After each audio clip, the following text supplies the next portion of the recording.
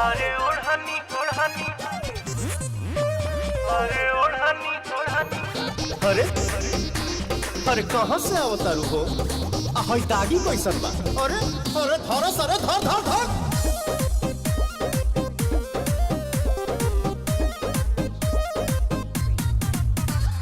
काहे पीछा परल बड़ा हमारे पमरल बड़ा मटकू की पिया तारा दूध से कचरल बड़ा।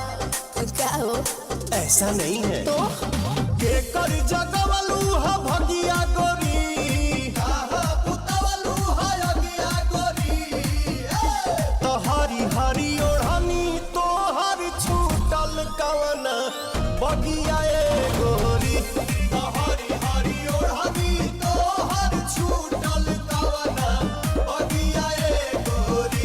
अरे काहे बताई?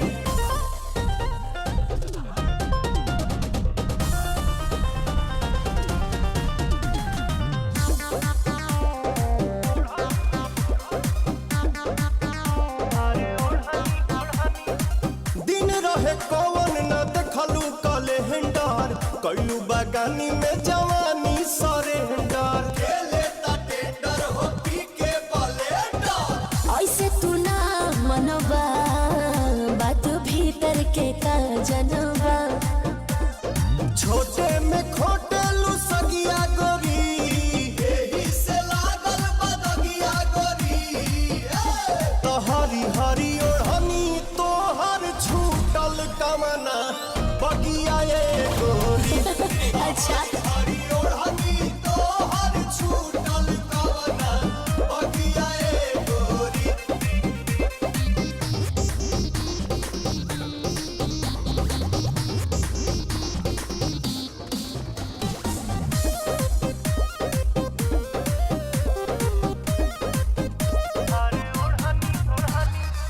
आंसू प्रियांशु से देखावेलू तुम कर, चलता तो हर पवन में से चक्कर। चलता चक्कर हो पिएलू साकर।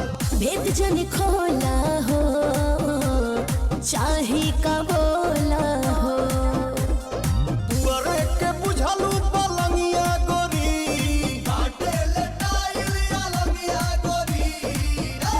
तो हरी हरी ओढ़नी तो हर छूटल कवना बगिया ए गोरी।